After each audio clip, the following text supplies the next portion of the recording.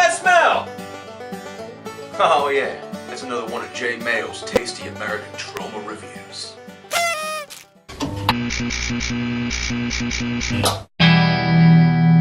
J. Mayo's a proud American. He loves America. He's reviewing all the movies that were made by Troma. Yes, he's freedom personified.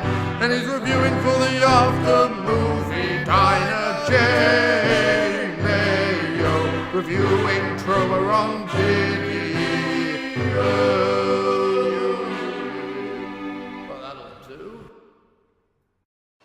Hey, and welcome back to J. Mayo's Tasty American Troma Reviews. This week we're going to talk about the 1991 release of Killer Nerd. Now, Killer Nerd stars Toby Radloff. You may know Toby from the movie American Splendor. This is the real-life version of Toby. Now, I must admit that when I saw the movie American Splendor and they showed the real-life version of Toby, also known as the world's biggest nerd, I thought there was something wrong with Toby mentally. Now, after watching this movie, Killer Nerd, starring Toby Radloff, I am 100% sure that there is something wrong with Toby Radloff in the mental department. This movie, although it is a quote-unquote Troma classic, isn't very good. Quick summary of the plot. A nerd gets picked on his entire life. He's got an overbearing mother. No one respects him at work. He gets beat up a lot by just some punks in the street. So after getting a makeover and hanging out with some ladies, he ends up getting beat up and tormented again, has a mental breakdown, and goes on a killing spree. Now that all sounds great for a Troma movie, but I will tell you that the implementation of said plot fell completely flat. It was very evident right on that Toby could not handle the dialogue in this movie. It was also quite evident that they were working on a very slim budget. I actually looked it up. They only shot on a $12,000 budget, which you can do a lot of things with $12,000. This movie just didn't have enough money to fulfill the vision, I guess, that they should have had with this $12,000 budget. I mean, there was literally no lighting in any of the night scenes. There were so many dream sequences just to fill up time. There was really bad special effects, really bad practical effects. So overall, this movie was fairly terrible. From a weak script, terrible acting, no budget, and pretty much the entire plot being mundane and basic, this movie pretty much flopped right out of the gate. I will say that there are some good features of this movie. I did like some of the characters in the movie. I did like some of the practical effects. In the kill scenes themselves, there was a good head explosion. I will say, as far as the kills themselves, you don't see most of the gore, you don't see most of the killing actually happening.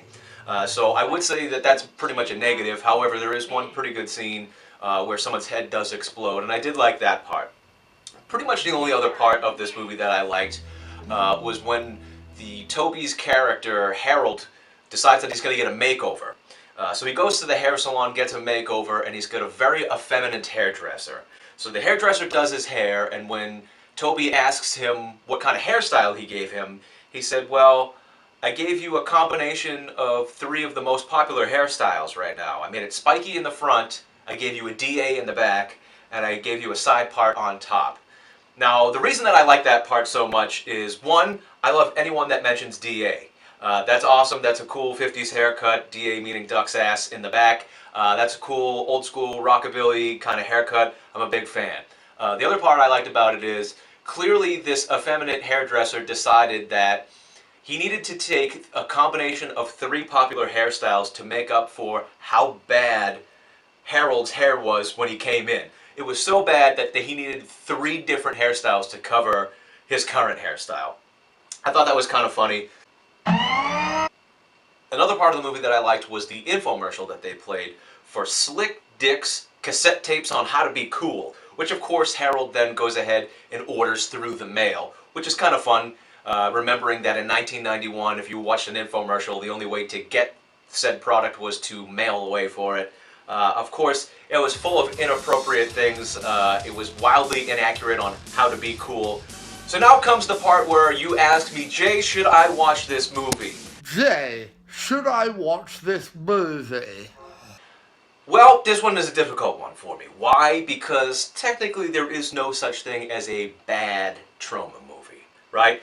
They're low-budget movies, they're horror movies, they're action movies, they're horror comedy, they're zombie, they're whatever it is that you want to call Troma movies, right? They're not supposed to be really good. They're not supposed to be well acted. They're not supposed to have the best scripts in the world. They're not supposed to have the best special or practical effects. So was this a really bad movie? Yeah, the movie wasn't good. Should you watch it? I think so. And the reason I think you should watch it is because if you can set all of the bad acting and the bad script and the bad practical effects aside, the plot of the movie is pretty good.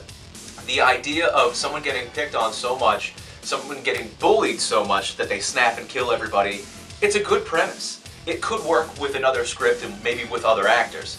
So in the grand scheme of things, it's not worth wasting your time trying to remake this movie, but it is worth your time watching the movie. Overall, I would give this movie 2 out of 10 stars, but even at that 2 stars, I would say definitely worth a watch. Knowing ahead of time, it's not going to be one of your favorites, but it's still a Troma movie, so it's still worth the watch. Alright, that's all I got this week. Remember, go to aftermoviediner.com, subscribe to the After Movie Diner podcast on iTunes, Stitcher, Spreaker, and everywhere else that podcast can be found. And remember to rate and review on iTunes. That's a huge help.